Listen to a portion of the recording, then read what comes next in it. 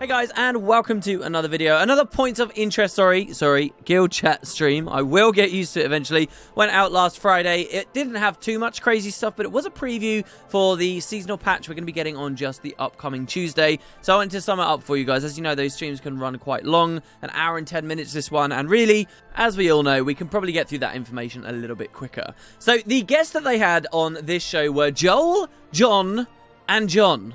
Great. I think they should have pointed out how similar everyone's name was. And then, of course, Hugh at the end to break the chain. But still, it was pretty interesting. Anyway, they each came on a different dev, a one-on-one with Ruby, for a different little thing coming up on the seasonal patch, which we were continually being reassured there's more coming than they say just in this stream, but for whatever reason, they're not giving us the rest of the stuff. And we know that for a fact. For example, no, this stream didn't talk at all, number one, about the Shatterer overhaul, and number two, it didn't talk at all about balance changes. Two things we actually already have blog posts on the main website about. Kind of interesting, actually. I think a lot of people went to the stream expecting information on those two topics because there were blogs, but in some ways it's in Arenanet's best interest to mix and match, right? Like the blogs have those things covered, the stream can have the other things covered. So what was there? Well, first of all, something completely unrelated about a little tweak to the user interface. This was what Ruby opened the stream talking about. It's really not that interesting, but I do want to throw my hat in just because of the community response to it. Yep, it's going to be one of those moments. So the thing in question is that little cog you click on the top right hand side of your inventory. Most people would click that so that then they can then click deposit all materials, and that's something I think most of us, depending on the kind of content you play obviously, but most of us will do fairly frequently. Next to that, just below, is a different button, compact. Compact basically shuffles everything in your inventory to all be tightly together, except if you're using stuff like invisible bags or specific bags for specific things, and then you'll find those items don't get shuffled around. So if you really sit down, take the time, spend the gold to get the right kinds of bags and develop a good inventory system for yourself, compact can be really useful. I did a stream a while ago where I forgot about the existence of compact. I spent ages moving each individual little item into its perfect respective place, only to look back at Twitch chat and a billion face palms because I'd obviously forgotten I was just one button press away. Anyway, so Aurora Peachy, another streamer, another Guild Wars 2 YouTuber, basically put out what I interpreted as just a funny little video, right, about a moment she had on a stream where she accidentally pressed compact, and when you accidentally press it and you didn't mean to and your inventory isn't set up for it, it just blows it up and you have to spend ages, reassigning and sorting everything out.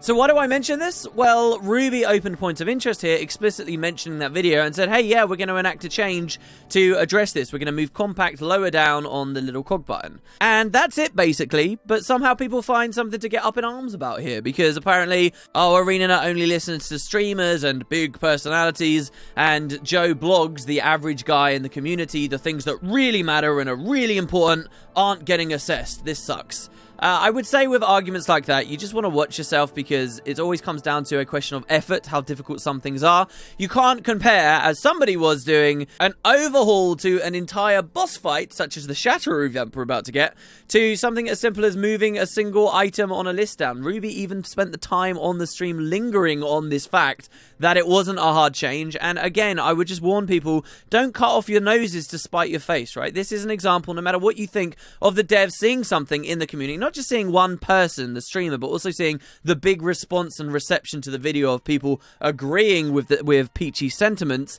and the devs seeing that and then responding to it. That's actually what you want. You don't want to slap at them just because it wasn't one of the myriad of other things this huge game could afford to have changed, alright?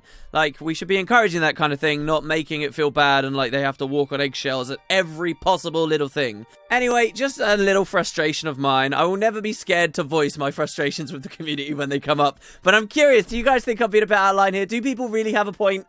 Or is this all just way too much talk about way too little? In fact, I was surprised even Ruby spent so long talking about it on the damn stream. Perhaps the more important thing she said at the start in this little section, once again, is a change that they want to enact but isn't coming Tuesday. This one's far more important. This one is to do with scribing costs. Scribing costs are a really interesting topic. I'm looking forward to the day where I really buckle down, sit down and work my way through Scribe and talk to you guys about it intelligently. So far, from what I understand, in the very early days where things like linseed oil were incredibly high demand, plus a lot of other things where so many people were trying to scribe, the economy went way out of whack. There was huge demand on very few items, and of course it cost a lot of money. Some of those first scribes had insane paywalls to climb, even in places where actually scribing was outright broken and you couldn't continue your progression. Those things, of course, been fixed, but also as time has waned on, things in the economy have settled down. I believe Dolphy did a guide and explicitly said it was something around 800 gold to finish the discipline.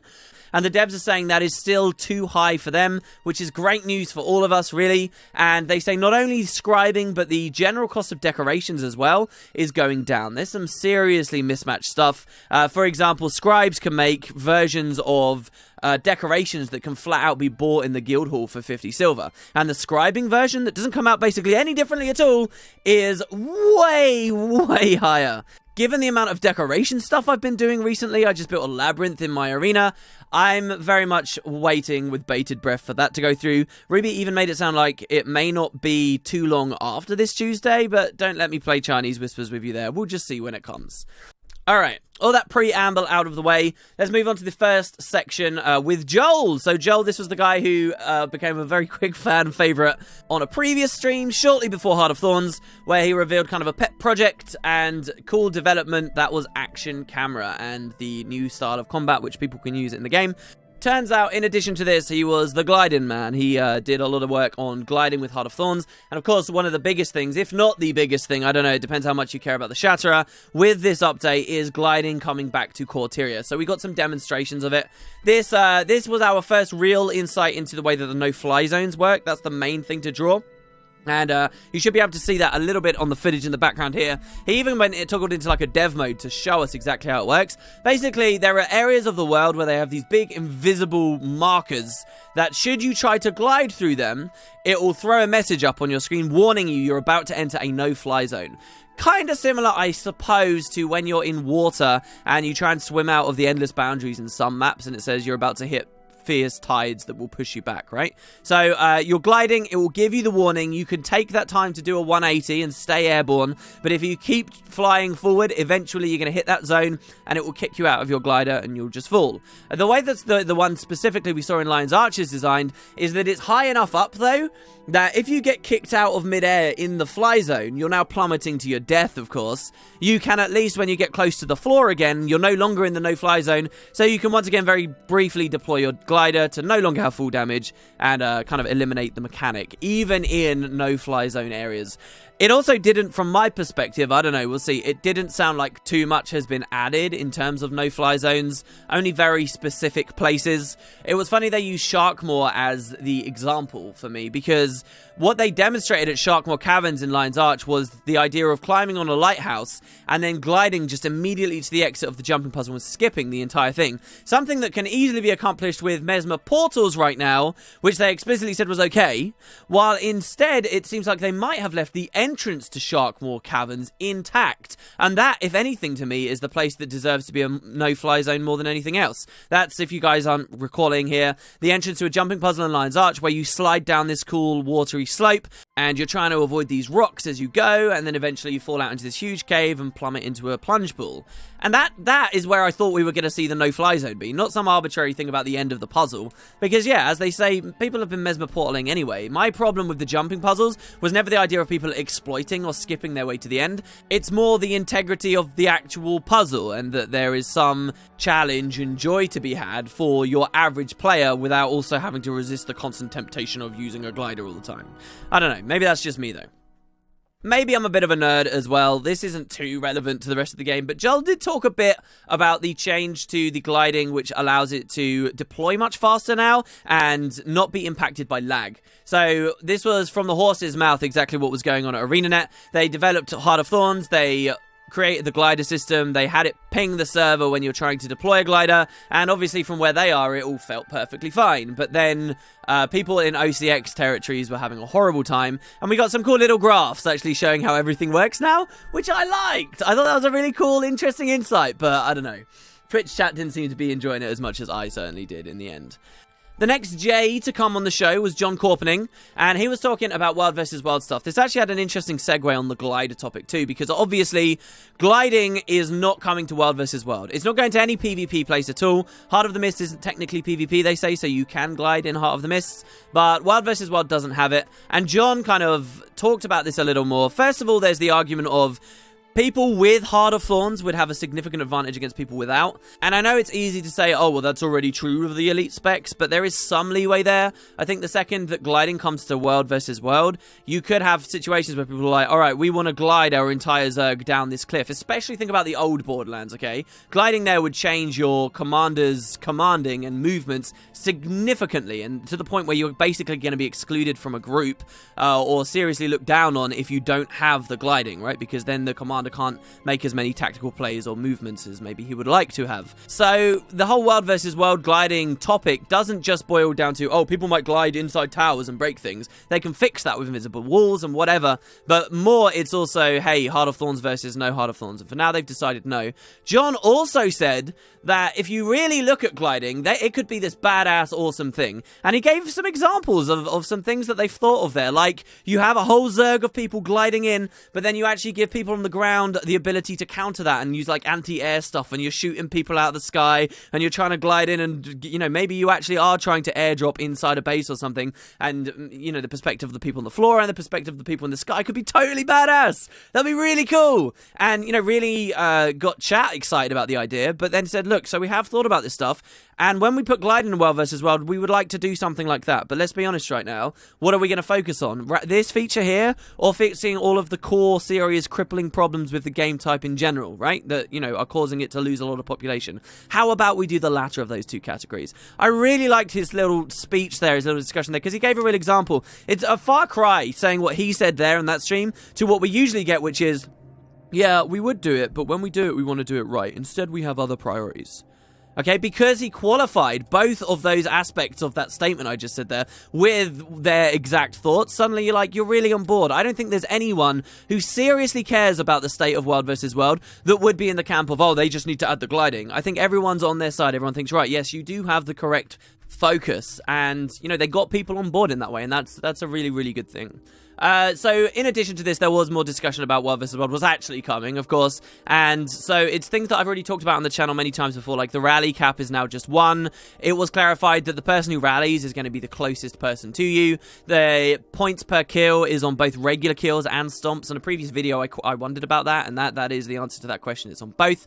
And, you know, basically just reiterating some of the news we've heard of a lot before. I believe what is new, though, and should be taken positively by the World vs. World community, are the banners. So again, John kind of said, you know, the banners are a cool idea, but right now they're sort of nuclear weapons that completely dictate the flow of battles, and they are way too strong. And he spent a good deal of time just reading out all the little changes and all the skills. Doesn't mean much to someone like me who barely steps into World vs. World since Heart of Thorns, but for those of you who are and are upset that the banners have been so strong, there is a nerf coming. It sounds like hopefully a good enough one.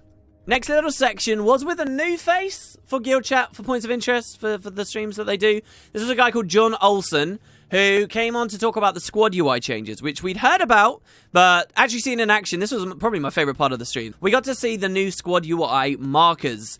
I know certainly the guild that I raid with got very excited about this, or a couple of members of that guild, because now what you can do in squads is place little markers around the world telling people where to go and, you know, assign different players to different things. You suddenly have a lot more control. They say that you can place a marker. You guys should see the footage in the background of how cool these look. There's loads of different versions of them. They said that you can place these markers about 2,000 range away, which was described as, you know, being an okay amount of distance to be able to place these things. And in some situations, I agree. Like, if I'm raiding, right, if I'm a Veil Guard, if I'm teaching a bunch of new people how to do it, I can drop a couple of these markers anywhere I like in that boss fight arena and tell people, all right, you need to go here, you need to go here, you need to go here, and it's very simple. But actually, if this is going to be used for World versus World, I don't know whether 2,000 range is really that good. If this is for on-the-fly battle commanding, where you're going to drop a marker somewhere and have your entire Zerg run to it, 2,000 range may not be enough. And it may not be enough on, like, the map-wide level when, say, you're all the way at one location and you want your group to split into, you know, half of them to the arrow and half of them to the heart or something. So I'm not too sure about that. We'll see how people take to it. And the other change, of course, is lieutenants, which means that you can now promote people within your squad to do administrative stuff for you, like sort subgroups and kick people and so on, without you having to worry about all that, and then you can promote or demote people like that. The whole thing comes with a bunch of new keybinds. People super into the Commanders game will love it. I think for the majority of us, though, we're just going to appreciate that it's there, and when you see all these floaty cool markers around, you now know exactly what's the deal with them and where they're coming from. It should be pretty good. And with the third J done, we move on to Hugh and the final section. Like I say, it wasn't a particularly long stream, or it didn't illuminate a particularly crazy amount of new stuff for us. But Hugh was talking about Tibble, the new Stronghold champion. Man, boy, oh boy, oh boy, I want to get more into Stronghold. Stronghold's got some cool ideas, but why doesn't it excite me? I don't understand. Stronghold, to me, as a game type, sounds like it should be exactly what I want, and yet somehow it doesn't tickle me in the right place. Nonetheless, though, we saw this about a new champion, obviously only matters for Stronghold. It's Tibble. Tibble is one of the fan favorite characters. He's basically very heavily Apple themed. And he's got some interesting animations, some effects. Hugh actually demonstrated some real mastery of the dev commands here. He went super speed. He increased the speed of the match. He spawned a mob really quickly. He went into slow-mo. He moved his camera around. It was all very interesting. But for the actual update itself, Tibble's got like a lot of Apple themed stuff. So he basically drops engineer-style med packs on the floor that you can run over for buffs. And when he gets into the Lord room, he has a big Lord attack like they all do, where he inflicts a lot of poison. He's the first Mist champion that does some Condi damage. He's the first Mist champion that has range attacks. But his main gimmick is the boon resistance.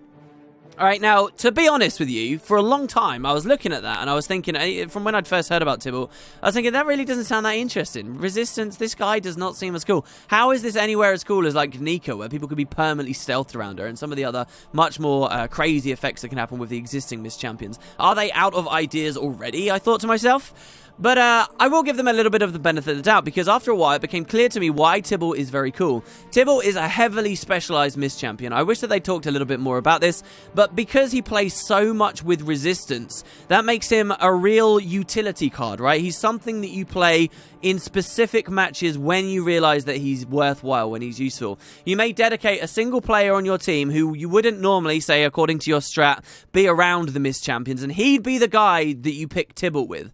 And possibly the idea here then is that in the middle of the match, you assess the enemy comp, and you assess, you're like, okay, we're losing a lot of the team fights, we're losing a lot of the supply, we're not doing quite well. Why?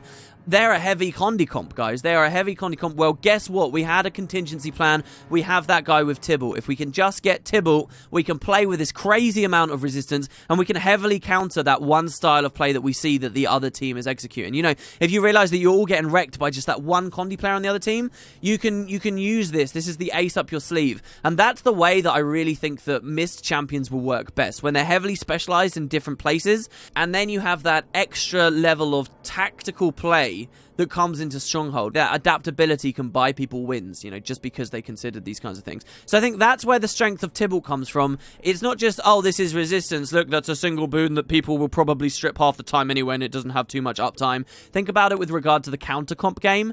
And maybe one day Stronghold will get a population. Maybe people like me will stop talking enthusiastic about it and actually end up playing it and find something that I really enjoy with it. And then this, I think, is where that game type would truly flourish. Maybe we just need more maps, though, or a map that's designed slightly differently, slightly bigger. I really don't know. If you guys have any opinions on that, feel free to let me know. But there you go. That is the most recent Guild Chat stream. Hopefully, I saved you guys a little bit of time if you never managed to watch it for yourself. That's basically everything that came out of it. I am very curious now, of course, in the rest of the balance changes and the shatter stuff and whatever else we're getting this patch. But I guess we'll just have to wait until Tuesday for that. So, thanks very much for watching, guys. Hope you have a great day. I will see you tomorrow. I've got a cool zombie game mode I cannot wait to talk to you about. Oh my god, with the arena. It's going to be fantastic. Until then, though, guys, feel free to check out the Zero to Hero stuff on the other channel, and I'll see you next time.